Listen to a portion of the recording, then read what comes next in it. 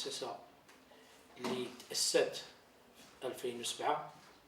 بدأت فيها الدراسة في 2008، ولكن يمكن لي نقول لك بأنه هذا مشروع الحياة. يعني هذا المشروع فهو خلاصة عمل اللي دا واحد السنين، واللي أنا منين وصلت واحد السن قررت باش نعاود ندخل في حالي المغرب من الولايات المتحدة، اللي كنت نسير فيها مقاولات من عدة أنواع. واخترت مدينة مراكش اللي هي مدينتي، واللي هي عطتني، واللي قريت فيها مني كنت صغير وترعرعت فيها. وقررت باش ندير مؤسسة تعليمية،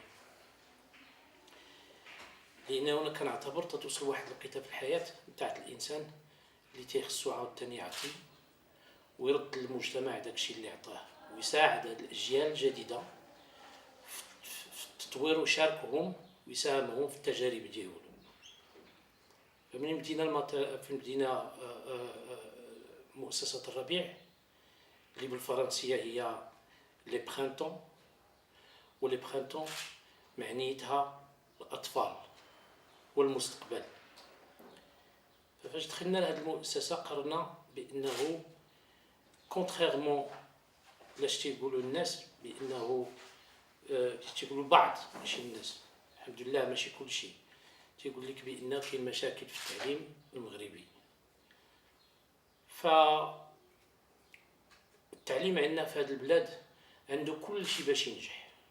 اللي تيخصنا حنا وهو خصنا المثابرة وخصنا الجدية باش نوصلوا هذه العملية ونوصلوا هذا التلامذ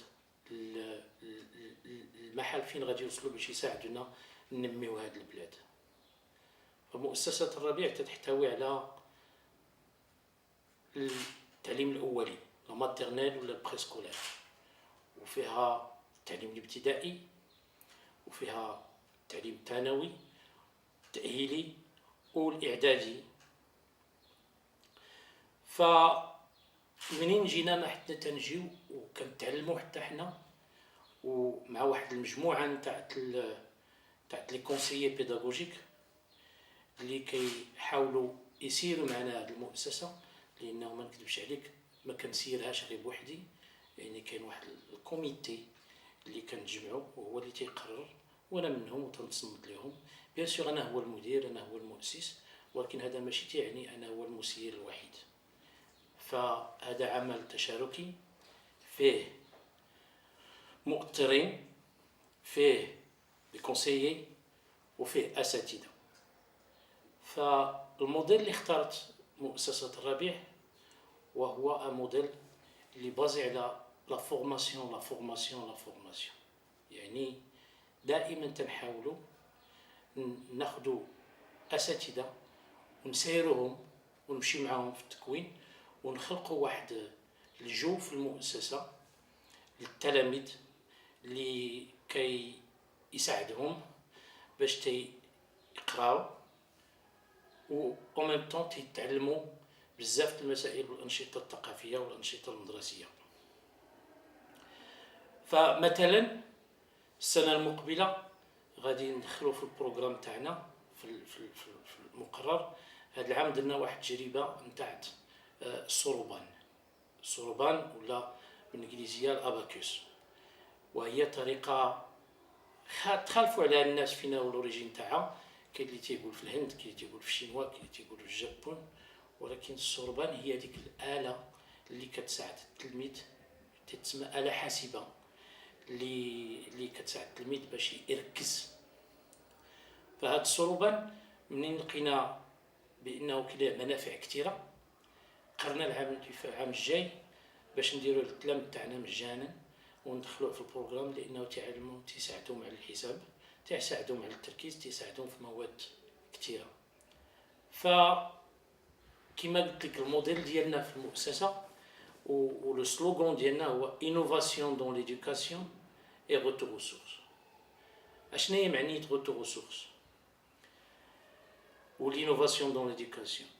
يعني تنحاولوا نجددوا في التعليم، تنحاولوا نجددوا في الطريقه باش توصل لانفورماسيون، انما تجديد ماشي دائما مزيان كله. تلقاو بانه كانوا عندنا مسائل اساسيه اللي حنا تعلمناها واللي تنطلق من المجتمع المغربي، ولهذا قلنا غوتور والسورس. يعني كان عندنا حنا واحد الوقيته كنا كنقولوا التعليم اللي هضرتي معاه تيقول لك وكان التعليم مزيان وكان التعليم. حنا تنقولوا علاش اللي ما نطبقوا هادوك لي برينسيپ القدام في في في في في, في لا ديسيبلين، في بزاف المسائل كنطبقوها وناجحه. علاش اللي بغينا حنا نجيو ونهجروها ونبوندونيوها ونخليوها؟ دونك يمكننا نقبطوا هادوك لي برينسيپ القدام ونمزجوهم مع هاد لي برينسيپ وهاد لي ميثود جداد ونزيدوا في العمل. كيكون اللي تيقول لك بانه ديك الساعه كنا كنضربوا الدراري وما تيبقاش.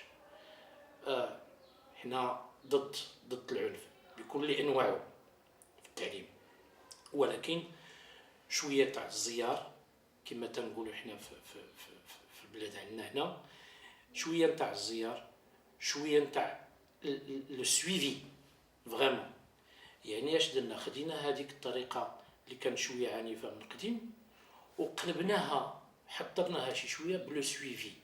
يعني تيخصنا التلميذ منين تيوصل الخامس ابتدائي تيخصو يكون عارف ما له هو ما عليه، ما له هو ما عليه. يعني التلميذ في الخامس خصو يكون اوتونومي انديبوندون، يعني ينوض يقرا بوحدو في الدار، ما يتبع حد.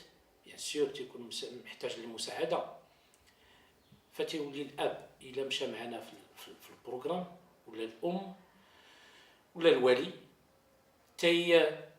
يساير التلميذ غير من الارشادات تاعو في هذاك العمر، ومن بعد ما تيبقى مشكل كبير، تيبقى غير المسايره والتلميذ تيتنمى جينا واحد 3 سنين هذه ولا 4 سنين، وهذا الشيء كما تنقول لك جاي من التاريخ ديالي ومن الدراسات ديالي اللي انا درست فيها الاقتصاد. انا في الحقيقه عندي لا جيستيون دو لانفورماسيون، ولكن في لا جيستيون دو لانفورماسيون كاين الاقتصاد. انا حبيت هذه الماده وقررت انا والاخوان بانه كاين طرق اخرين باش نقدروا نساعدوا هاد التلامذ في شعبة الاقتصاد. وبيان سور كنمشيو دائما مع شعبة العلوم عادية، ولكن ناخذوا شعبة الاقتصاد وننميوها، لان المجتمع غادي تقريبا محتاج بزاف تاع الناس في الاقتصاد وفي الكوميرس وفي التجارة وفي سميتو. فمنين قريناها درناها بواحد الروح اللي عطات الثمار ديالها، لانه سنة على سنة وحنا كنشوفوا نتائج غريبة في الاقتصاد. منها منين شفنا هذا النجاح وشفنا التطور، قررنا باش غادي نبداو السنه المقبله ان شاء الله واحد لونيتي نتاع اللي غادي نديرو فيها. غادي تكون الاسم ديالها انستيتو ال بي سوب.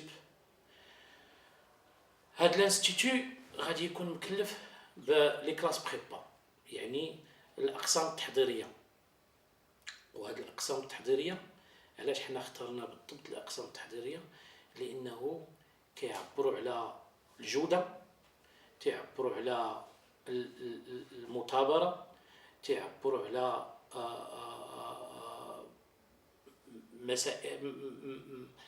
فرص اللي غادي نتيحوا للتلامذ باش يدخلوا المدارس العليا والمعاهد العليا.